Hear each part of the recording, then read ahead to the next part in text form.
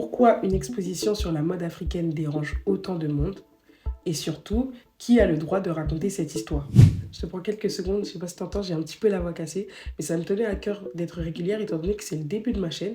J'ai déjà posté une vidéo, d'ailleurs n'hésite pas à t'abonner et à aller regarder ces vidéos que j'ai déjà postées. Sans plus tarder, on décortique un petit peu ce sujet qui est un petit peu dans l'angle mort.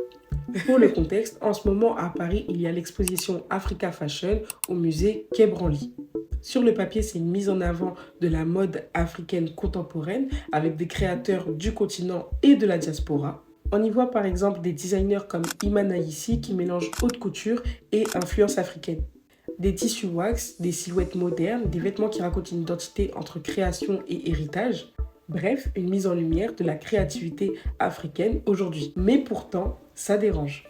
J'avais observé quelques commentaires en dessous de posts qui servaient justement à la promotion de cette exposition sur Paris. Et c'est ça qui m'a poussé justement à faire cette vidéo.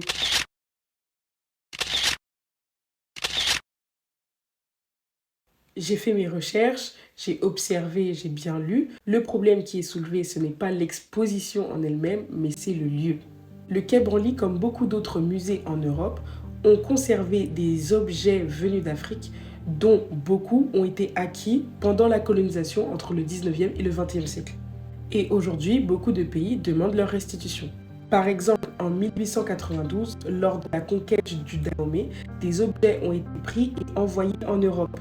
Et certains n'ont été restitués qu'en 2021. 2021. Don't trip. I'm gonna take it off your hands for you. These items aren't for sale. How do you think your ancestors got these? You think they paid a fair price? Or did they take it like they took everything else? Donc, quand on parle d'exposition aujourd'hui, on parle aussi de cette histoire-là. Une exposition, ce n'est pas seulement des objets posés dans une salle au hasard, c'est aussi une histoire, une narration. Et dans cette narration, il y a plusieurs acteurs. Il y a la structure qui accueille, le musée Quai Branly par exemple. Il y a les commissaires d'exposition, dans ce cas, ce sera Christina Szczecinska, les artistes évidemment qui produisent les œuvres. Et pour finir, nous, donc le public. Je me permets de faire une petite parenthèse pour te dire que je ne prétends pas tout savoir, mais mon but à travers cette chaîne et cette vidéo, c'est de nous pousser à avoir une observation nouvelle, à redevenir curieux si tu as suivi la première vidéo et surtout à réfléchir ou à faire nous-mêmes nos recherches. Si jamais tu as envie de compléter ou même corriger quelque chose que j'ai pu dire dans cette vidéo, n'hésite pas à le faire dans l'espace commentaire. Reprenons. La vraie question c'est qui contrôle le récit? Pour certains, cette exposition est une belle mise en lumière de la créativité africaine. Ils y voient une sorte de reconnaissance. Pour d'autres, c'est plus compliqué parce qu'ils voient un musée occidental raconter une histoire africaine alors qu'ils n'ont même pas encore complètement réglé leur passé.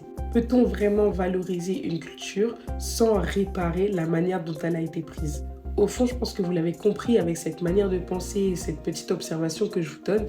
Le problème n'est peut-être pas l'exposition en elle-même, mais ce qu'elle représente. Du coup, j'ai sélectionné quelques petites questions qu'on pourra dès à présent se poser avant d'aller voir une exposition. Qui a choisi ce que je vois? Qui parle? Qui est mis en avant? Qui est absent? Qui finance? Qui en tire vraiment profit? Avant de juger une expo, on devrait apprendre à regarder ce qu'elle ne montre pas. Et ça, c'est un angle mort.